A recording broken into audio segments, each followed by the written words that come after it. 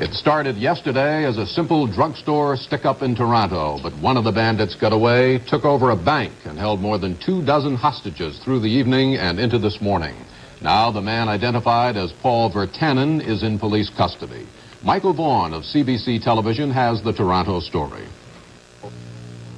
It wasn't until 5 o'clock this morning that the gunman gave himself up to police. The lone man, dressed in flashy cowboy clothes and brandishing an M1 rifle, released unharmed 26 emotionally drained hostages. At 14 hours, it was the longest police siege in Toronto's history. It began Saturday afternoon. 2 armed men, both in their 20s, robbed a nearby drugstore. They got a mere $79. One of them was arrested on the spot. The other tore away in a stolen car and was cornered by police in front of the bank. He ran inside waving a gun. He fired 3 shots into the ceiling as a warning and then settled in for the siege. The Toronto Police Emergency Task Force immediately took up surrounding positions. A few times throughout the night, food was brought in. At about 2 in the morning, after hours of phone conversations with police, the gunman released the first group of hostages. They continued to trickle out for 3 hours. As the last were ready to go, the gunman invited newspaper photographers up to the doorway to take his picture. Ironically, one of the hostages in last night's ordeal was a forensic psychiatrist who analyzed the criminal's behavior as the siege wore on. Everything he was doing, to me, meant that he wanted to die. So he had nothing to lose. And this was a constant theme in the initial stages, that because he had nothing to lose, that he was in a very strong bargaining position. Michael Vaughan for CBS News, Toronto. How much is Fidel Castro willing to bend to resume normal relations and trade with the United States? A man who spent 32 hours with Castro last summer says the answer is not much. Idaho Senator Frank Church, in a report on his August trip to Havana, says Castro may bend a bit on human rights, but he won't abandon his role in Africa, cut his ties to the Kremlin, or pay Americans for expropriated property. All along, the prison officials in many parts of the country have warned repeatedly that overcrowded conditions in prisons are a constant source of uprisings. In Toledo, Ohio, there is an old county jail in such bad condition that the county has been told to do something about it. But that costs money, and the people who could put up the money won't. No one knows exactly how old the Lucas County Jail in Toledo is. Closest estimate is 100 years. A federal judge has ruled that the jail is unfit to house prisoners and ordered the county commissioners and the sheriff to make improvements immediately. County officials say they don't have the money or the manpower to comply. They've been cited for contempt of court, and they face fines of $25 a day each until the jail is improved. The old jail has been overcrowded, sometimes as many as 275 prisoners at one time.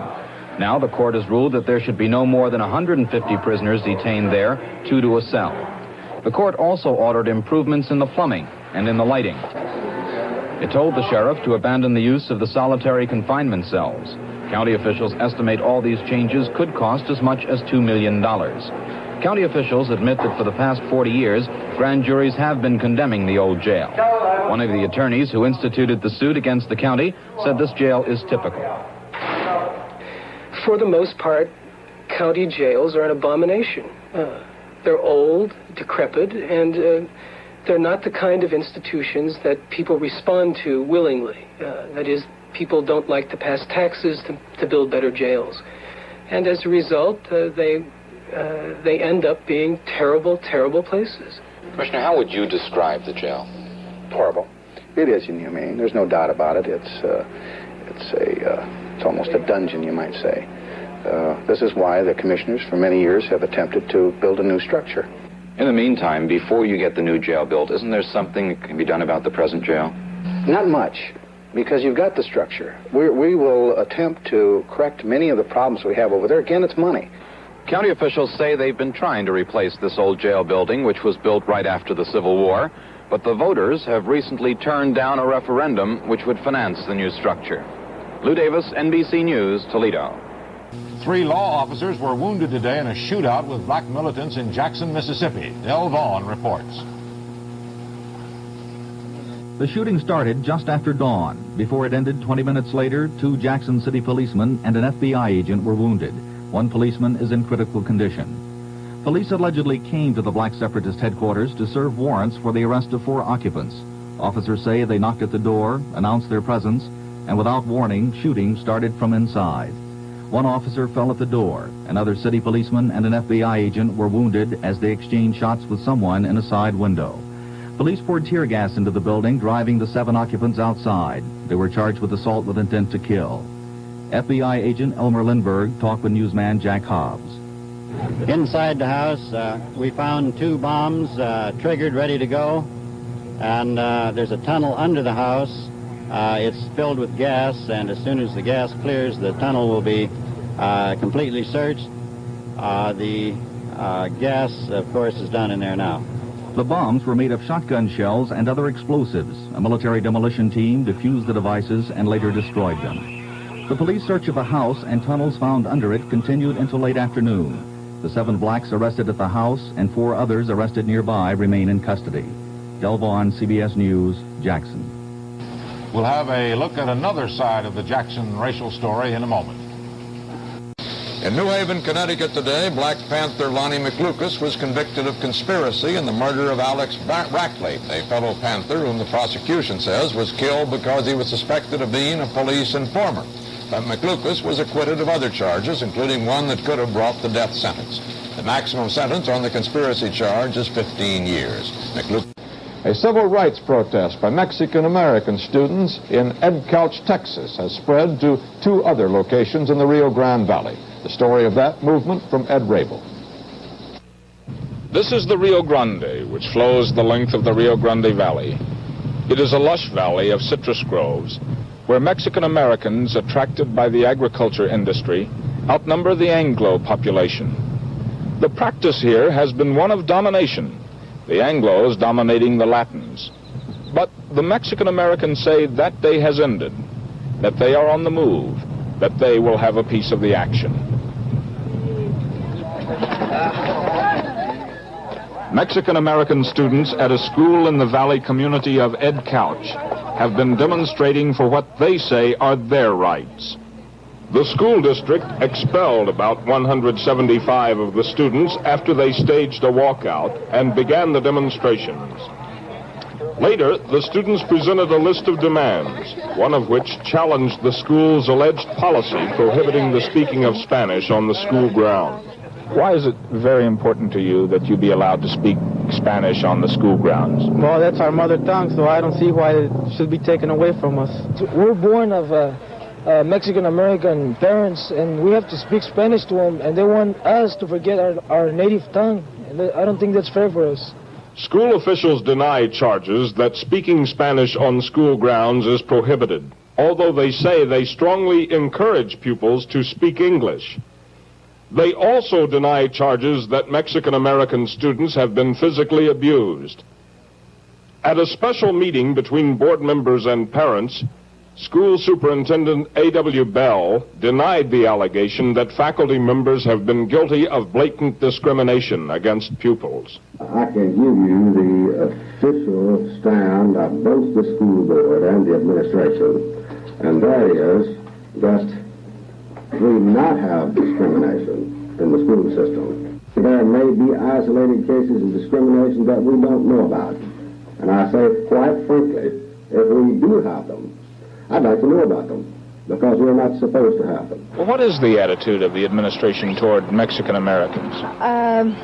Well, on my opinion, they have always been pushing us, and I think it's time for us not to be pushed around so much like they have. They want you to say, well, I regret what I've done, and I won't do it again. They want you to do that in order to get back into school. Will you do that? No, I won't. Why? Because, I don't feel sorry for what I did. I think it's right. The school dispute exemplifies the new spirit pervading Mexican Americans who live along this river. The Mexican Americans here hope their new spirit will bring a better life to them. Ed Rabel, CBS News, in the Rio Grande Valley. The Black Panthers open their national convention in Oakland tonight without one of their most prominent members. Eldridge Cleaver, Panther Minister of Information, best-selling author, and California parole violator, is in Algiers. CBS newsman Adam Raphael was at a news conference there yesterday when Cleaver spoke about his life as a fugitive. I don't consider myself to be an exile. I'm just making a little maneuver so that I can escape from the hands of the people who are trying to put me into prison. I consider the United States my home. San Francisco Bay Area specifically is the place that I want to be. I'm already getting a little homesick. I want to return there. Efforts are being made to have me returned by the FBI. I don't want to go back that way and be incarcerated without a trial. Now, if we cannot deal with it that way, and if J. Edgar Hoover is not able to get me back his way, then it's quite possible that I will return there the same way that I left, without them knowing how, when, or where, and I'll just pop up somewhere to say hello to Governor Reagan or Mayor Alioto, you know. I've traveled through about 8 countries.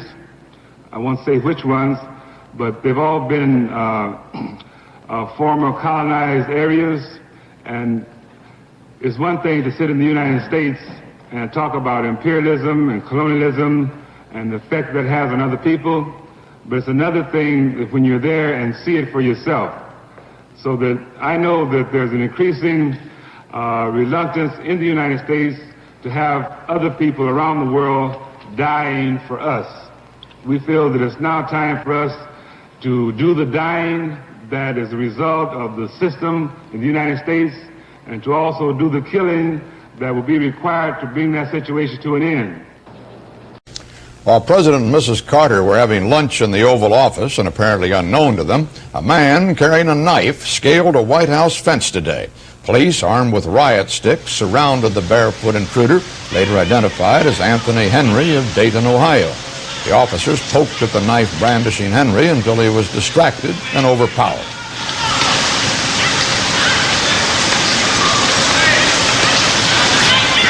Two officers suffered minor injuries. Henry, asking why they put "In God We Trust" on the money, was taken away and charged with unlawful entry and assault on police.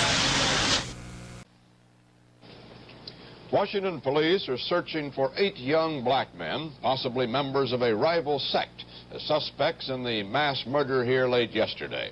More on the story from Hal Walker. No place can be said to be a likely spot for murder, but certainly this quiet residential neighborhood in northwest Washington seemed a very unlikely spot for the violence that was visited here. Yet the quiet was shattered here at a house once owned by basketball star Kareem Abdul-Jabbar, previously known as Lou Alcindor. Police ambulances shuttled back and forth, taking away the bodies, 7 in all. 5 children ranging in age from 9 days to 11 years, and 2 adults. 4 of the children were drowned, the others shot in what may have been a feud between warring Muslim sects. Fleeing suspects fired on one man who gave chase in his car, and police have recovered some suspected weapons. The house, a Muslim center, remains sealed off today, and neighbors huddled nervously as police continue to seek clues to the bizarre mystery. So far, they're without motive or suspects. Well, it's been the most heinous crime that I've witnessed in my 19 years on the police department. The idea of a religious motive, of a religious war. I haven't heard. I can't confirm that. 2 women survived the bloodbath but were wounded. One is the 26-year-old daughter of a Charlotte, North Carolina dentist who said he had a premonition of tragedy. And naturally it was a shock to me because I had love for my daughter and I had fears beyond her fears. And so naturally I felt that something like this would happen. Basketball star Abdul-Jabbar discounted a religious war theory for the murder of his friends. "I can only suspect lunatics," he said. Hal Walker, CBS News, Washington. Imprisoned black revolutionary Angela Davis appeared today at the site of the abortive, bloody escape attempt she's accused of abetting. Jim Kilpatrick reports from California. Angela Davis was arraigned in the same San Rafael Civic Center where last summer a district judge was killed in an abortive kidnap attempt. Miss Davis is accused of supplying the guns used in that incident and is charged with murder, kidnap, and conspiracy. Security precautions were extraordinary. Each spectator carefully searched for weapons. There's been one bomb explosion and innumerable bomb scares here in the months since the judge's murder. Miss Davis entered the courtroom, turned and gave a black power salute to the gallery, composed mostly of newsmen, and sat down next to her two temporary lawyers. Judge E. Warren McGuire ordered a copy of the charge delivered to her and advised her of her rights to an attorney and to a jury trial. Miss Davis sat quiet and composed throughout, answering questions with a nod of her head or an occasional yes, sir. She was granted 2 weeks to find a permanent attorney, and Judge McGuire read into the record a stiff list of rules governing pre-trial publicity. Then it was over, and Angela Davis was escorted down the hallway to her jail cell. Outside the court, one of her lawyers, Margaret Burnham, told newsmen Angela was distraught over her treatment on yesterday's trip from the East Coast. She feels very upset as a result of her treatment by New York authorities. And in the process of extraditing her, she was manhandled by New York and California authorities, and it was quite a shaking experience for her. Only a few of Miss Davis' supporters showed up today, although there's a big protest vigil planned here for Christmas Day. Soon after the arraignment, there was still another bomb scare, and the Civic Center was emptied. Jim Kilpatrick, CBS News, San Rafael, California.